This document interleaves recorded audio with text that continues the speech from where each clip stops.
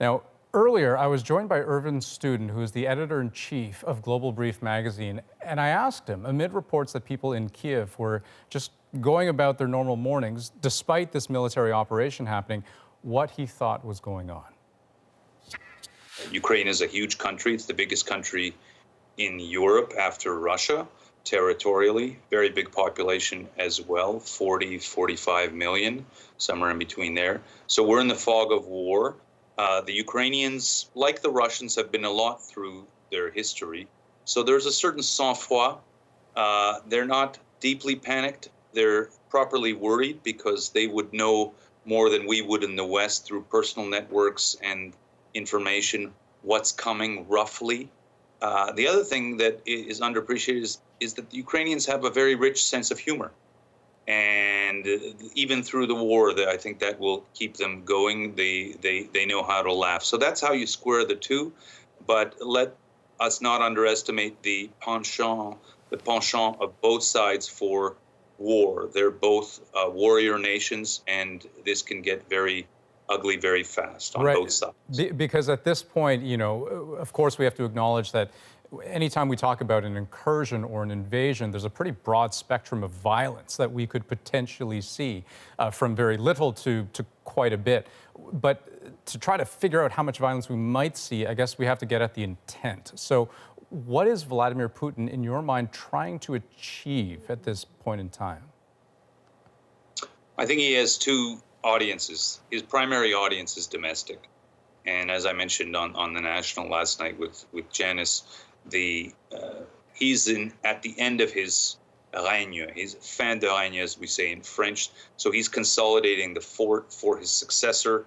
Big historical moves, the biggest country on earth. It's a very young country. It's in a rut. It's in a rut psychologically, spiritually, economically, administratively, and he's trying to reconsolidate the center in order to ensure that Russia doesn't crumble after he leaves, which is a real issue.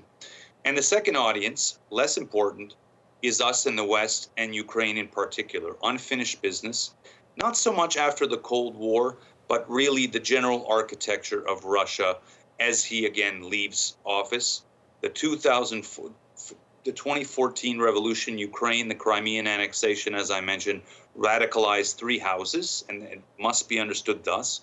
It radicalized Ukraine, it radicalized Russia against Ukraine in the West, and radicalized us in the West against Russia. All of these parties remain radicalized, Russia and Ukraine especially.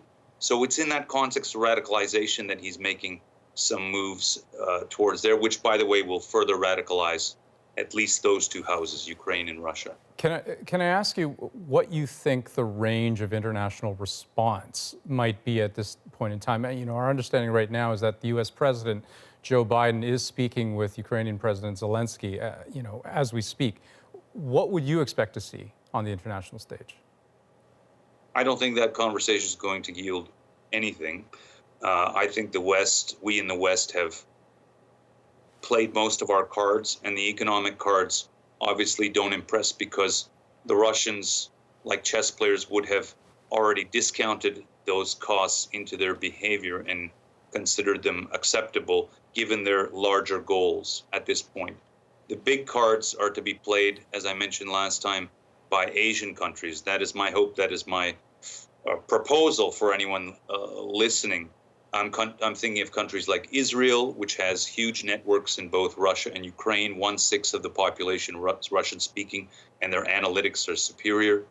I'm thinking about China, India, South and North Korea, and Japan, maybe even Singapore to a lesser extent. These are countries that are respected within both Kiev and Moscow, that have relative neutrality. That is, they're neither NATO nor are they CSTO, the Collective Security Treaty Organization post-Warsaw Pact.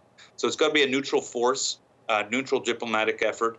But the military game will have to play its cards for a little while, its momentum, and then there'll be room for diplomacy. And I suspect both the Ukrainian and the Russian sides, chess players, will allow for that. They'll continue to speak to one another.